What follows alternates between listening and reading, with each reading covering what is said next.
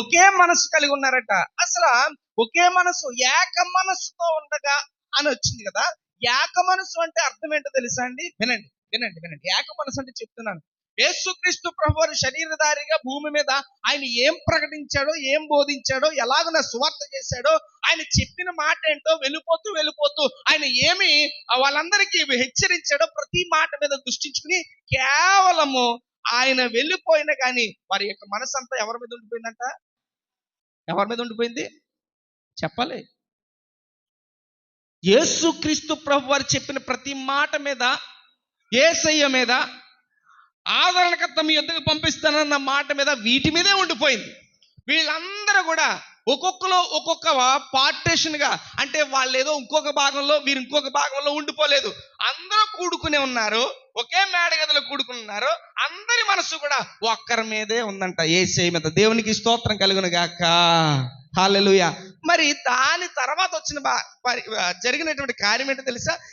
మనసంతా ఆయన మీద ఉంది కనుక, మన కంట్రోలింగ్ ఆయన మీదకి వెళ్ళిపోయింది కనుక, ఆయన దగ్గర నుంచి అసలు కంట్రోలింగ్ ఏది రావాలో అది వచ్చిందట, పరిశుద్ధాత్మ. దేవునికి స్తోత్రం.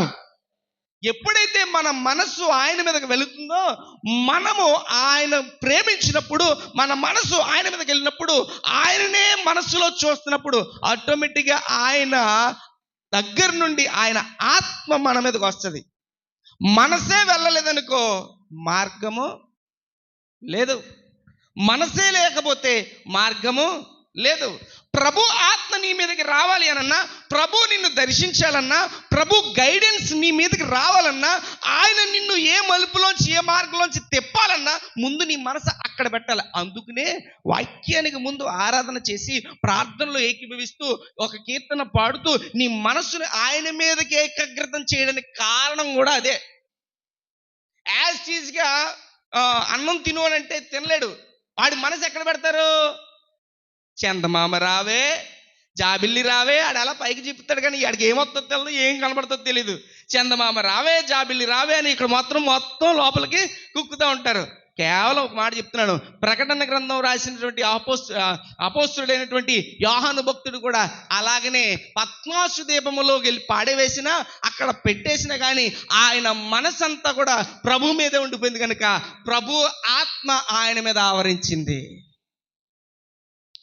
నువ్వు దైవ సన్నిధిలో ఉంటున్నావు, నీ మనసు దేవుణ్ణి ఇష్టపడే అంత విధంగా, దేవుని మీద మనస్సు పెట్టే అంత విధంగా నువ్వు ఆయనను కేవలం ఈ స్థలములో ఆయన మాత్రమే మహిమపరచబడాలి కనుక నువ్వు ఎక్కడున్నావనంటే, ఇక్కడున్న నీవు నీ మనస్సు ఆయన మీద మాత్రమే ఉండాలి. అనగా ఆయన మాట ఏమైతే ప్రకటిస్తుందో, ఆయన మాట ఏమైతే దర్శిస్తుందో, ఆయన మాట నిన్ను ఎలాగనైతే బలపరుస్తుందో, ప్రతి మాట మీద నీవు మనసుంచి ఈ మాట ద్వారా నువ్వు యేసయ్యను చూచువాడిగా, ఈ మాట ద్వారా నువ్వు పరలోకమును చూచువాడిగా, ఈ మాట ద్వారా నువ్వు స్వస్థత పొందుకున్నవాడిగా, ఈ మాట ద్వారా దేవుడి కార్యం జరిగించేవాడిగా, ఈ మాట ద్వారా నన్ను బలపరచు యెహోవాయే తప్ప ఎవరో కాదు అని గొప్ప విశ్వాసము పెంచుకున్నవాడిగా నీ మనసును ఆయన మీద నువ్వు కేంద్రీకరించిన ఎడల నీకు తెలియకుండా నువ్వు ఆయన ఆవరణలోకి వెళ్ళిపోతావు. నీకు తెలియకుండా ఆయన ప్రభావం నీ మీదకి వస్తుంది. అదే జరిగింది అపోస్తుల కార్యములు 2వ అధ్యాయంలో. 120 మంది మేడగదిలో అందరూ అలాగనే ఆయన మీద మనసు పెట్టారు. వారు ఆత్మ దృష్టి చేత పరిశుద్ధాత్మ 2 నాలుకలుగా విభాగింపబడి వారి మీద ఒక్కొక్కరి మీద కుమ్మరింపబడుట. ఏక ఆత్మతో ప్రార్థన చేశారు. ఏక ఆత్మ కలిగి ఆ యేసయ్య మీద మనసు పెడితే వచ్చిన ఆత్మ ఒక్కొక్కరి మీద డివైడింగ్ చేయబడి ఒక్కొక్కరి మీద కూడా ప్రత్యేకమైనటువంటి ఒక బ్లెస్సింగ్ లాగా ఒక వరమును, వారు వాక్శక్తి కలిగినటువంటి వరమును వారు పొందుకోగలిగారంటే ప్రత్యేకింపబడినట్టు వారిగా వారు దీవింపబడ్డారు. అనేకమైన 16 రకాల ప్రాంతాల వారు, జాతుల వారు, 16 రకాల భాషలు కలిగిన వారు ఆ ప్రాంతంలో ఆ పండుగను ఆచరించడానికి వచ్చిన వారు అక్కడ కనబడితే ఒక్కొక్కరికి వీరి భాషల్లో, వాళ్ళ భాషల్లో వీరు పలికారు. కారణం ఏంటి? వాళ్ళకి అర్థమయ్యేటువంటి భాషలో వీళ్ళు పలికారు. వీళ్ళు ఎవరి చేత నింపబడ్డారు? పరిశుద్ధాత్మ చేత నింపబడ్డారు. కారణం ఏంటి అని అంటే వీరి యొక్క సొంత ఆలోచన కాదు, వీరి మనస్సు దేవుని మీద పెట్టబట్టి, వారి ఆలోచన దేవుని మీద పెట్టబట్టి దేవుడే వీరిని, తమ్ముడు ఒకసారి వెళ్ళారా నేను అందుకనే చెప్తున్నాను, చిన్న ఎగ్జాంపుల్స్ కూడా నేను అందుకే వివరిస్తాను. శ్రీ ప్రకాష్ ఇక్కడ కనబడుతున్నాడు. ఈ శ్రీప్రకాష్ ఎంతమంది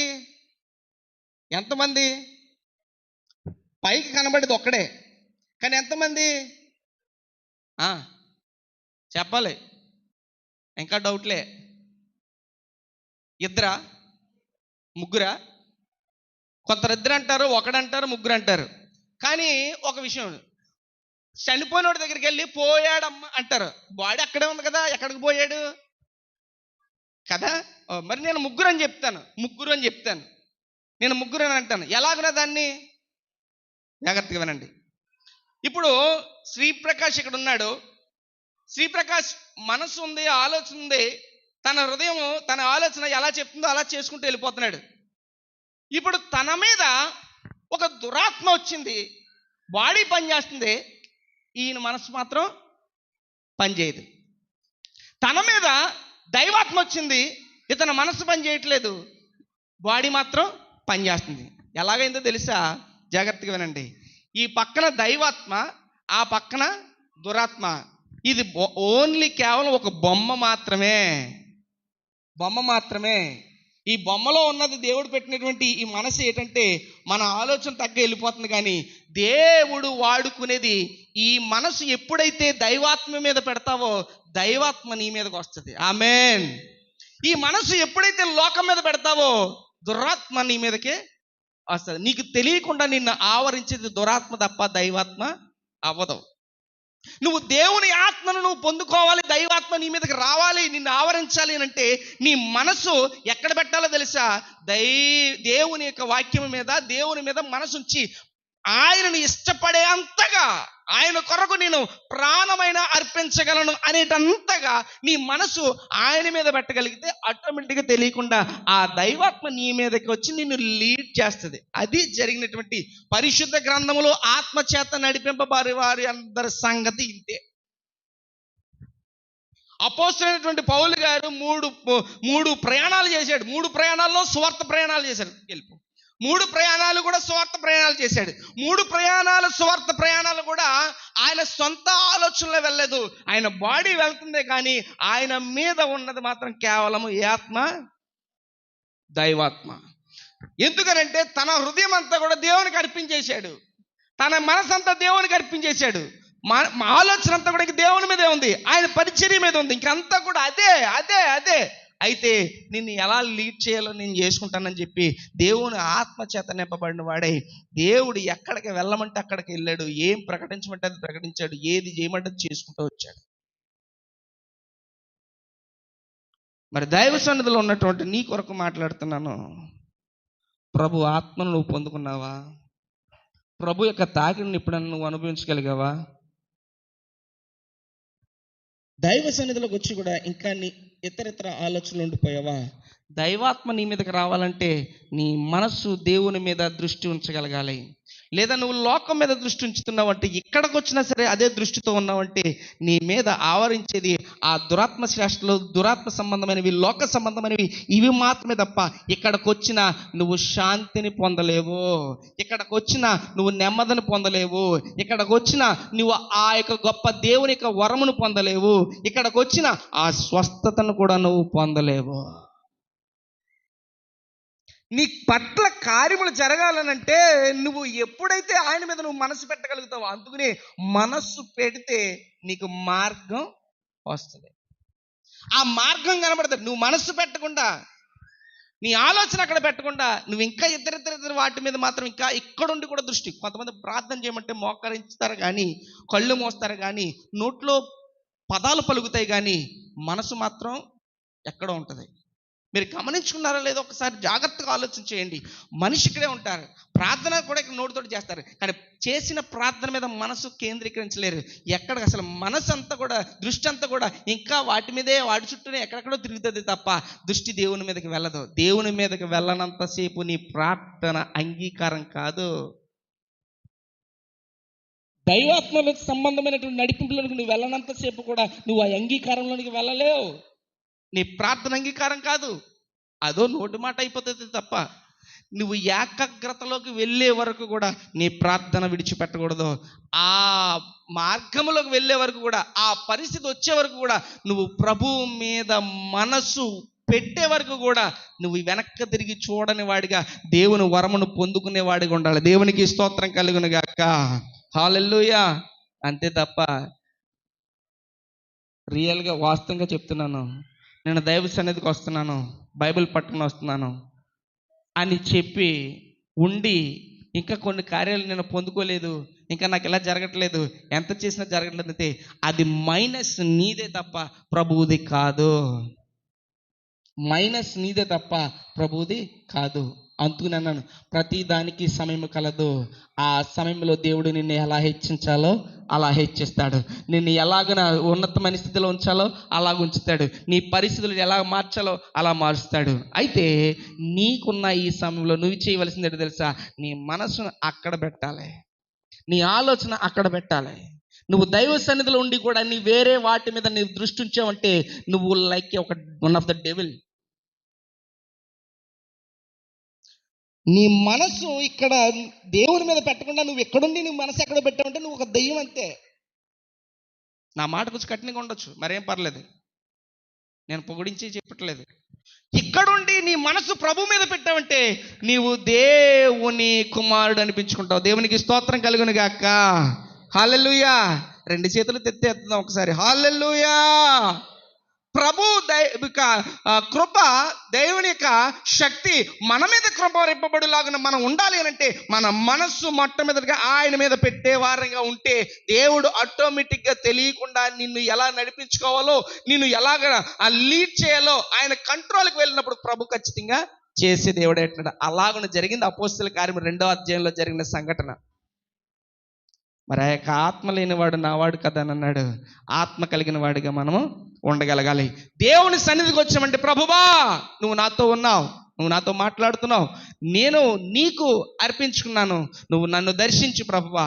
ఇక్కడ జరగవలసింది నా యొక్క ఆలోచన కాదు, నీవు మాత్రమే. ఎందుకంటే నేను నీ కంట్రోల్గా వచ్చేస్తున్నాను, లేకపోతే నీకు నేను సరెండర్ అయిపోతున్నాను, లేకపోతే నేను నీకు అర్పించేసుకుంటున్నాను. నీకు విధేయత కలిగి నేను జీవించడానికి నేను నీకు అర్పించుకుంటున్నాను ప్రభువా, నన్ను నడిపించవలసింది నీవే అని నీవు ఎప్పుడైతే అది అంగీకారము తెలపగలుగుతావో ప్రభువుకి, ఆయన మీద మనసు పెట్టగలుగుతావో అప్పుడు దేవుడు నిన్ను నడిపిస్తాడు. అప్పటి వరకు కూడా నీ సమయం వ్యర్థమైపోతుంది, అప్పటి వరకు కూడా ఆ కాలం వ్యర్థమైపోతుంది, అప్పటి వరకు కూడా సమయం నువ్వు వృధాపరిచిన వాడివి అవుతావు.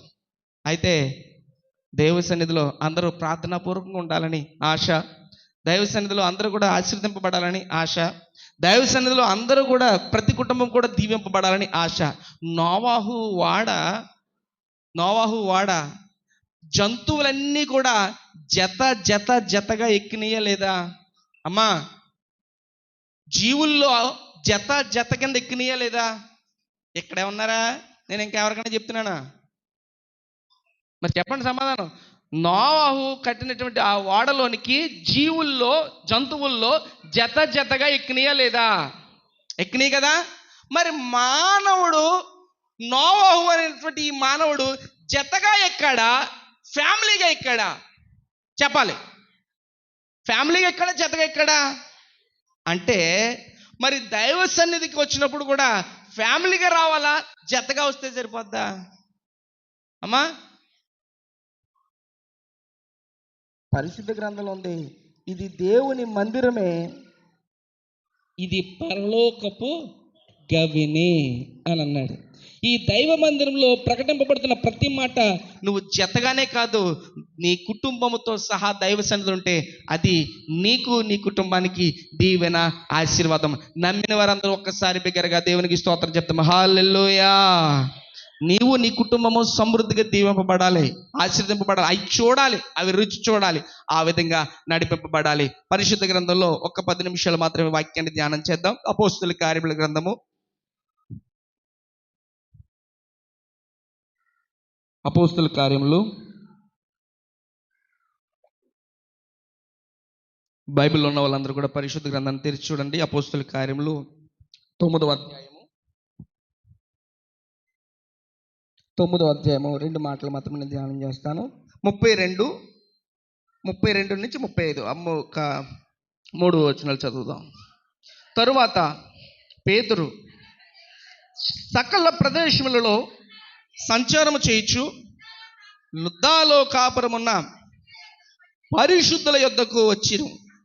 అక్కడ పక్షవాయువు కలిగి 8 ఏండ్ల నుండి మంచము పట్టి ఉన్న అయినయా అను ఒక మనుషుని చూచి పేతురు, అయినయా, యేసుక్రీస్తు నిన్ను స్వస్థపరుచుచున్నాడు, నీవు లేచి నీ పరుపు నీవే పరుచుకోమని అతనితో చెప్పగా వెంటనే అతడు లేచెను. లుద్దలో షారోనులోను కాపురమున్న వారందరూ అతన్ని చూచి ప్రభు తట్టు తిరిగిరి. ఆగండి, ఆ మాట చాలు. ఇక్కడ పేతురు భక్తుడు సువార్త పర్యటన సంచారం చేస్తూ ప్రతి చోట ప్రతి ప్రదేశానికి వెళుతూ ఆయన సువార్త ప్రకటించేటువంటి ఆ యొక్క పని జరిగిస్తున్నాడు.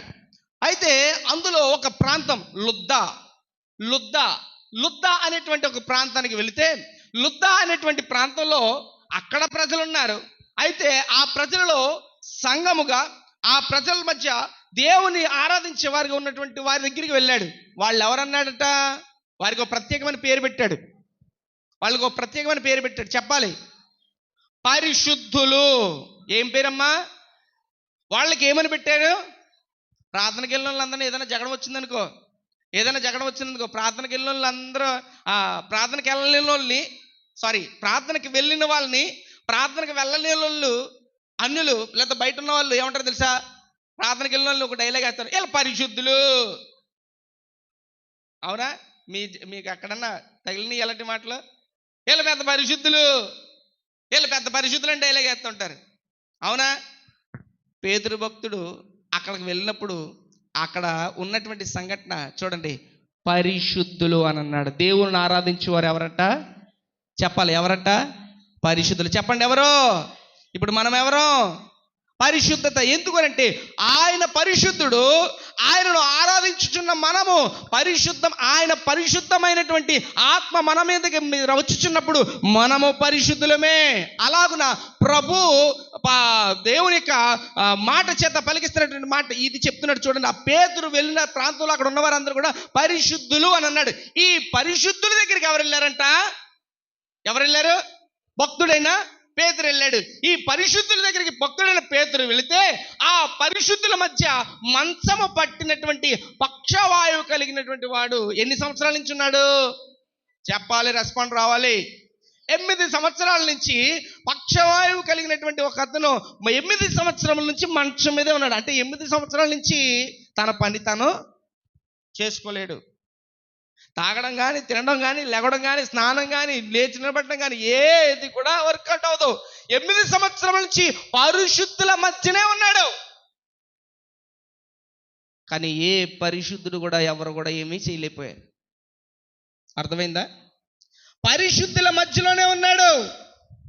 ఏ పరిశుద్ధుడు చేయలేకపోయాడు. పరిశుద్ధుల వారిగానే ఉన్నాడు, కానీ ఎవరు చేయలేకపోయాడు. భక్తుడు మాత్రమే, దేవుని శక్తి చేత నింపబడిన వాడు మాత్రమే, దేవుని ఆత్మ చేత నడిపింపబడిన వాడు మాత్రమే పేతురు భక్తుడు.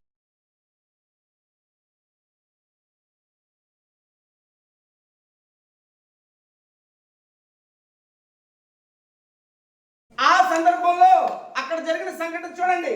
అంతమంది పరిశుద్ధులు ఉన్నా సరే 8 సంవత్సరాల నుండి కూడా మంచం పట్టినటువంటి ఆ వ్యక్తి అలాగనే ఉండిపోయాడు. కానీ ఎప్పుడూ బాగు చేయలేదు. బాగు చేద్దామన్న ఆలోచన ఎవరికి రాలేదు. ఆ పని లేదు. ఈ భాగం అలా పక్కన పెడితే అసలు 8 సంవత్సరాల నుంచి మంచం పట్టినటువంటి వాడు అక్కడే ఎందుకు ఉండిపోయాడు? నా ప్రశ్న. అక్కడే ఎందుకు ఉండిపోయాడు? అందులోనే ఎందుకు ఉండిపోయాడు? వాళ్ళ మధ్యనే ఎందుకు ఉండిపోయాడు? ప్రతి దానికి సమయము కలదు. దేవునికి స్తోత్రం కలుగును గాక. ప్రతి దానికి సమయం కలదు. ఇన్ని సంవత్సరాల నుంచి దైవ మందిరంలో ఉన్నావు. ఇన్ని సంవత్సరాల నుంచి ఈ పరిశుద్ధ సంఘముగా, క్రీస్తు సంఘముగా, ఈ పరిశుద్ధుల మధ్య దేవుని పరిచయం జరుగుతున్నటువంటి ఈ మందిరంలోనే ఉన్నావు. నీకు ఇంకా జరగట్లేదని అనుకుంటున్నావేమో. అసలు ఇంకో విషయం చెప్పనా? అతని పేరేం పేరంట? అయినయ. దానికి ఆ గ్రీకు భాషలో అర్థం అంతా కూడా ఉంది. పూజింపదగిన వాడంట, తర్వాత పొగడదగిన వాడు అని కూడా దానికి అర్థం ఉంది. పేరు చూస్తేనేమో అంత సౌందర్యంగా ఉంది, బ్రతుకు చూస్తే ఎలా ఉంది?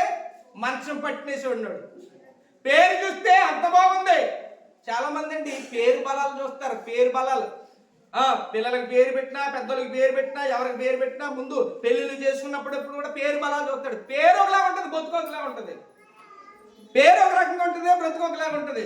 ఎంత అందమైన పేరు పెట్టినా కానీ, సువాసన కలిగిన పేరు పెట్టినా కానీ వాళ్ళలో సువాసన ఉండదు. ఇక్కడ చూస్తే అయినయా అనే దానికి అర్థం ఏంటంటే పొగడదగిన, పూజింపదగిన అనే అర్థం ఉంది. కానీ బ్రతుకు చూస్తే మాత్రం బాగలేదు. మనిషి లేకపోతున్నాడు, మంచం మీదే ఉంటున్నాడు. కానీ ఇందులో కొంత పాఠం మనం ఆలోచన చేస్తే 8 సంవత్సరాల నుంచి కూడా అక్కడే పరిశుద్ధుల మధ్య ఉన్నాడే తప్ప ఇంకెక్కడికి మొన్న మోసిపోండి అన్న మాట కూడా అనలేదు.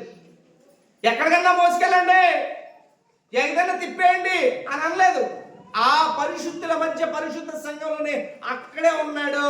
అందుకనే ఆ 8 సంవత్సరముల నుంచి ఉన్నటువంటి ఆ యొక్క స్థిరమైన భక్తిని, ఆ స్థిరమైన నిలకడగలిగినటువంటి మనసును, ఆ స్థిరమైనటువంటి ఆ మనిషి అక్కడే 8 సంవత్సరాలు ఉండిపోయినటువంటి అతని యొక్క ఆ విశ్వాసాన్ని చూసినటువంటి దేవుడు ఏం చేశాడు తెలుసా? అంతమంది పరిశుద్ధులు ఉన్నా సరే వాళ్ళ వల్ల కాలేదు. పేతురు భక్తుడు వచ్చి చదవన్నమాట. పేతురు, అయినయా యేసుక్రీస్తు, ఆగండి, యేసుక్రీస్తు నిన్ను స్వస్థపరచుచున్నాడు అని అన్నాడు. కానీ స్వస్థపడాలని ఆశ కోరుచున్నావా? స్వస్థపడాలని నువ్వు ఏమన్నా ఆలోచన ఉందా? నువ్వు అలాగనా స్వస్థపరచబడాలని నువ్వేమన్నా ఆశ కలిగి ఉన్నావా అని అడిగాడా? ప్రశ్న అడిగాడా?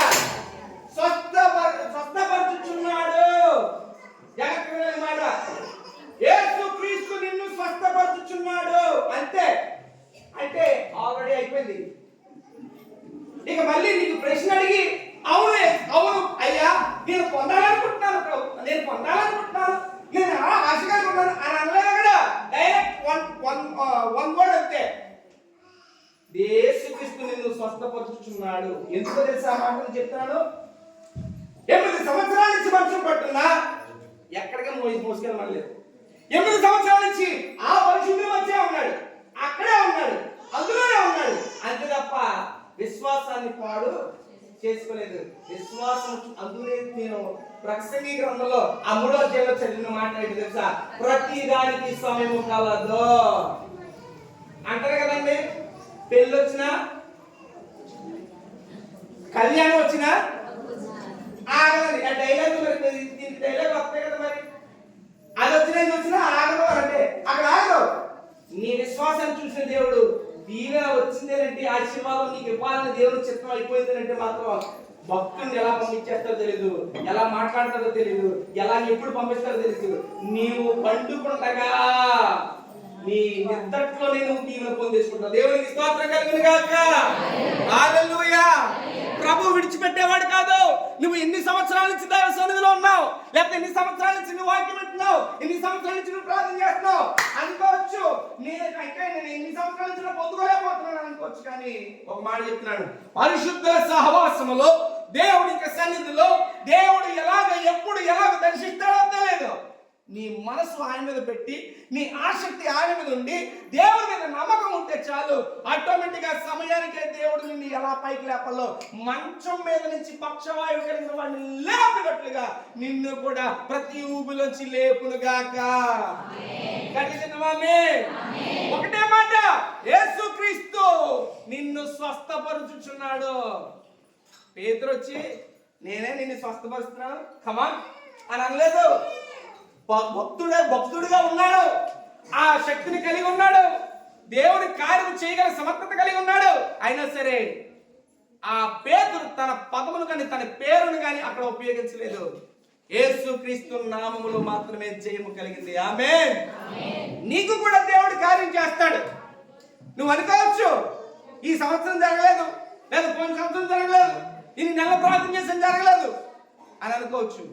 కానీ ఎప్పుడు ఏది ఎలా నువ్వు చేయాలో దేవునికి తెలుసు, నువ్వు చెప్పక్కర్లేదు.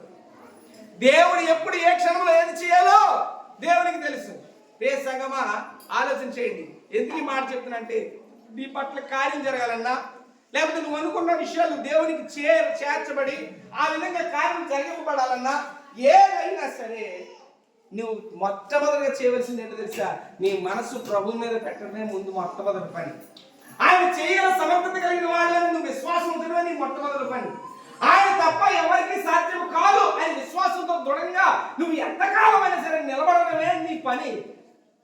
సుందరమైన శృంగారమైన దేవాలయం వద్ద ఆ పాదములకు కాళ్ళకు శక్తి లేని కుంటుడు అక్కడ వచ్చుంటే వాళ్ళ దగ్గర ఉన్నదేమి మేము మా దగ్గర ఉన్నదే మీకు ఇచ్చుతున్నాము తప్ప నీకు మేమేమీ చేయలేమని చెప్పి ఒకటి మాత్రమే, యేసు నామములో లేచినప్పుడు అంటే దిగ్గున కేజీ బంగారం ఇవ్వలేదు, ₹1,00,00,000 క్యాష్ ఇవ్వలేదు, లేకపోతే ఆ యొక్క యెరూషలేములో ఉన్నటువంటి ఆ యొక్క ధనము అవి ఇవ్వలేదు.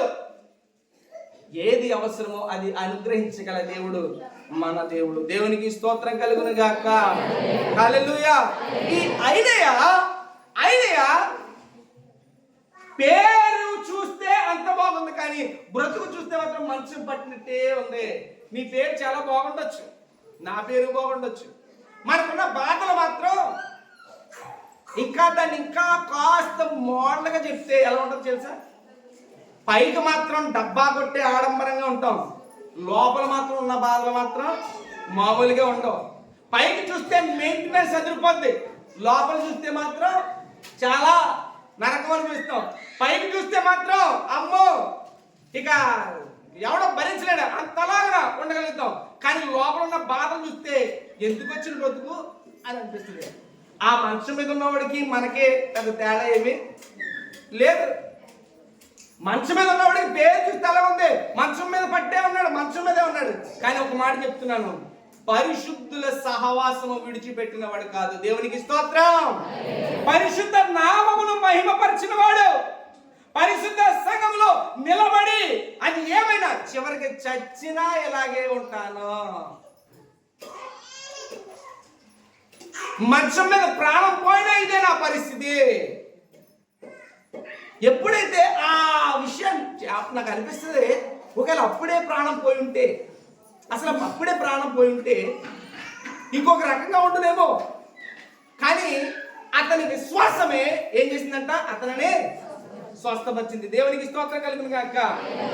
అయ్యగారు మరి ఈ రోగాలు ఎలా వస్తాయని అనొచ్చు. ఈ రోగాల కారణం కూడా ఉంది, ఈ జబ్బుల కారణం కూడా ఉంది. ఒకటి దేవుని మహిమపరచడానికి ఒక రకంగా వస్తుంది, రెండవది ఫ్యాన్ లేదు, ఇక్కడ ఇంకో ఫ్యాన్ తిరుగుతలేదే.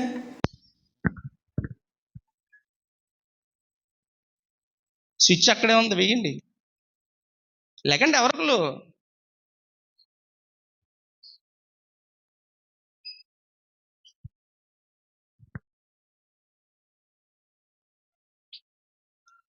ఈ వ్యాధులు అనేవి, ఈ జబ్బులు అనేవి, లేకపోతే ఈ తెగుళ్ళు అనేవి, ఈ శోధనలు అనేవి ఈ శరీరం మీద మనసుకి వచ్చేటువంటి ఇవన్నీ కూడా 3 రకాలు. చాలా జాగ్రత్తగా ఆలోచన చేయాలి. ఒకటి మనకి మనం తెచ్చుకున్నవే, రెండవది దేవుణ్ణి మహిమపరచడానికి, మూడవది దేవుని యొక్క ఉగ్రత. ఈ 3 రకాల బ్యాలెన్స్ చేసుకోవాలి. ఇది ఎందుకు వచ్చిందో ఇంకొకటి ఏంటో తెలుసా, నీ విశ్వాసాన్ని పరిశీలన చేయడానికి కూడా. అందులో యోబే టెస్టిమనీ, అందులో గొప్ప సాక్ష్యం యోబే. నీ విశ్వాసాన్ని పరిశీలన చేయడం, అందులో నువ్వు ఎలా కొట్టుమెట్లాడుతున్నావు, నువ్వు ఎలా నిలబడగలుగుతున్నావు. ఏమండి, ట్రైనింగ్ లేకుండా ఎవడన్నా ఉద్యోగం ఇచ్చేస్తాడా? చెప్పాలి తల్లి, ట్రైనింగ్ లేకుండా ఎవరైనా ఉద్యోగం ఇచ్చేస్తాడా? ట్రైనింగ్ లేకపోతే అమ్మా, ఇప్పుడు ట్రైనింగ్ అంతా యూట్యూబ్ మహిమైపోయింది. వంట కావాలన్నా ట్రైనింగ్ యూట్యూబే, సేలో పని కావాలన్నా ట్రైనింగ్ యూట్యూబే, మొత్తం ట్రైనింగ్ క్లాస్ అంతా కూడా. అంటే అప్డేట్ వెర్షన్లోకి వెళ్ళిపోతున్నారు. మొత్తం అంతా కూడా ట్రైనింగే. ట్రైనింగ్ లేకుండా అందులో అన్ని లోటుపాట్లు, ఆ విషయాలు, ఆ అనుభవం, ఇవన్నీ తెలియకుండా ఏది కూడా చేయడు. ఇక దేవుని దీవెన ఆశీర్వాదం కూడా అంతే. నువ్వు సింపుల్గా ఈజీగా వచ్చేస్తుంది అని ఎప్పుడు ఊహించుకో. నీ యొక్క విశ్వాస పరిశీలన, విశ్వాస పరీక్ష, ఇందులో ఇవన్నీ నువ్వు పాస్ అయినప్పుడు మాత్రమే ఖచ్చితంగా ఆ దీవెన ఆ సమయానికి నువ్వు పొందుకుంటావు. దేవునికి స్తోత్రం కలుగును గాక.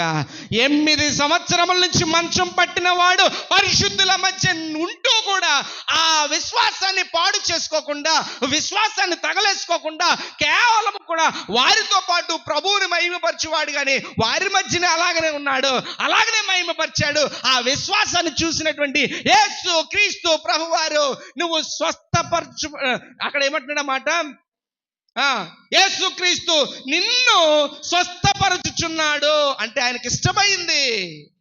8 సంవత్సరాల నుంచి ఆ కష్టాన్ని, 8 సంవత్సరాల నుంచి అదే మంచం మీద, 8 సంవత్సరాల నుంచి అదే మంచం మీద అన్నీ కూడా. కొంతమంది ఎందుకు వచ్చిన బ్రతికేలాగా చచ్చిపోవడం మేలంటారు. కొంతమంది చచ్చిపోవడం మేలంటారు. కొంతమంది అంటే ఆ శరీరంలో ఏ ప్రాబ్లం వచ్చినా లేదా మానసికంగా ఏ ప్రాబ్లం వచ్చినా తట్టుకోలేక భరించలేక అంతా కూడా చనిపోతే బెటర్, ఇంకా బ్రతుకుంటాడు అని అనుకుంటారు. కొంతమంది డైలాగ్ ఎలాగ వాడతారంటే, దేవుని ఎంత ప్రార్థన చేసినా దేవుడు ఏం చేస్తున్నాడు, దేవుడికి నా మీద కనికరం లేదు, ఇలాంటి డైలాగులు వాడుతూ ఇదే గొప్ప టెస్ట్ మనీ, ఇదే గొప్ప బలం. ఏంటో తెలుసా? 8 సంవత్సరాల నుంచి మంచాన్ని పట్టున్న వాడిని యేసుక్రీస్తు ప్రభువు ఎలా స్వస్థపరిచారో. విశ్వాసం పాడవలేదు, భక్తి పాడవలేదు, పరిశుద్ధుల మధ్య ఉన్నాడు తప్ప అన్యుల మధ్యకి తోలబడలేదు. ఈ మధ్యాహ్న కాల సమయంలో ప్రభు నీతో మాట్లాడుతున్నాడు. నువ్వు ఎన్ని సంవత్సరాల నుంచి దైవ సన్నిధిలో ఉన్నావు, నీకు ఇంకా కార్యం జరగలేదని కానీ, లేకపోతే నీ మానసికంగానో ఆర్థికంగానో లేకపోతే శారీరకంగానో ఈ విషయాలన్నింటిలో ఇంకా కొన్ని మార్పులు జరగలేదని, ఒకవేళ నీ ఆలోచన వేరే డిఫరెంట్గా వెళ్తుందేమో, సాతాను పక్షంగా వెళ్ళకో, ప్రభు పక్షంగా వెళ్ళు. నీ మనసు ప్రభు మీద పెట్టి, ప్రభు మీద మాత్రమే దృష్టి ఉంచి, నీ మనసు ఆయన మీద పెట్టిన ఎడల ఆయన ఆత్మను నీ మీద క్రమరించి, లేకపోతే ఆయన ఆత్మ నడిపింపులోనికి వచ్చి ఆయన నిన్ను లీడ్ చేస్తూ నిన్ను ఎలా బలపరచాలో, గమ్యాన్ని చేర్చే వరకు ఆయన నిన్ను విడిచిపెట్టే దేవుడు కాదు. నిన్ను ప్రతి అగ్నిగుండం నుండి, ప్రతి శోధన నుండి, ప్రతి ఊబిల్లో నుండి, ప్రతి వాటి నుండి, పేతురుని ఎలాగున జారిపోయి దిగిపోతున్నటువంటి పేతురుని చెయ్యి పట్టి పైకి లేపాడో అలాగున ప్రభు నిన్ను లేపునుగాక. ఖచ్చితంగా ప్రభు అలాగ లేపుతాడు. అయినయా అని ఎలాగునైతే ఆ యొక్క భక్తుడైన పేతురు వచ్చి, అయినయా యేసుక్రీస్తు నిన్ను స్వస్థపరుస్తున్నాడు, లేగా నీ పరుపు చదురుకో అని ఎలాగన గద్దించాడో, లేపాడో.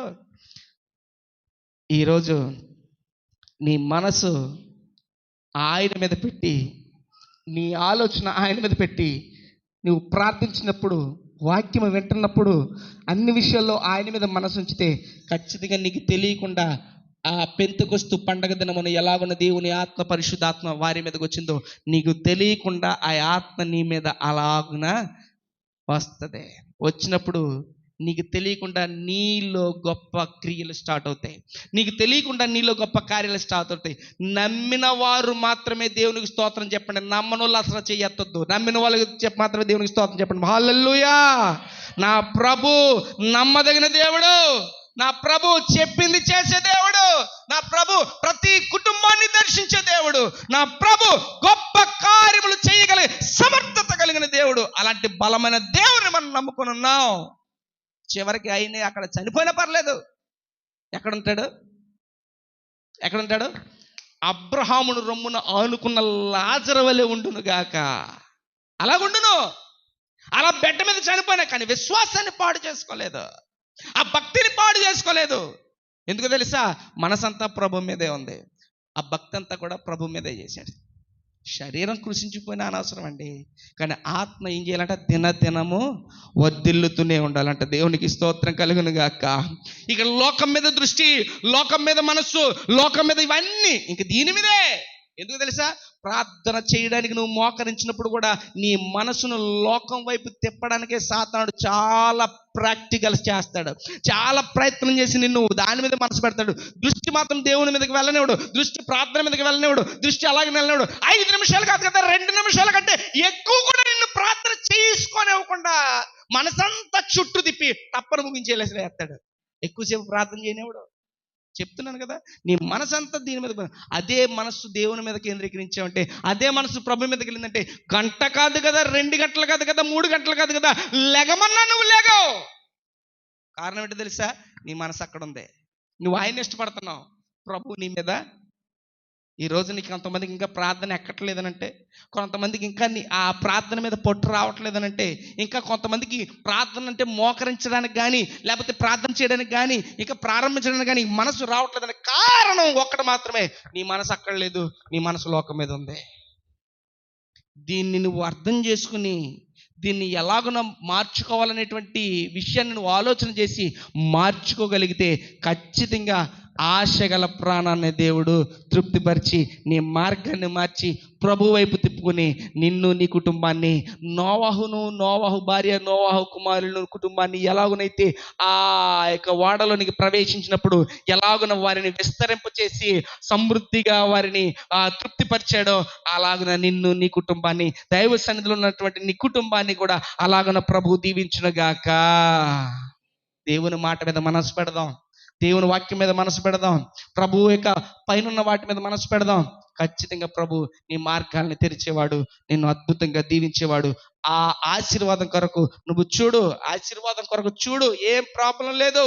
దేవా, నన్ను నీ యొక్క ఆత్మశక్తిని రుచి చూచువానిగా మలుచుకో, మార్చుకో, నడిపించుకో అని నిన్ను నువ్వు అప్పగించుకుంటే దేవుడు ఖచ్చితంగా కార్యం చేస్తాడు. మనస్సు లేకపోతే మార్గము లేదో.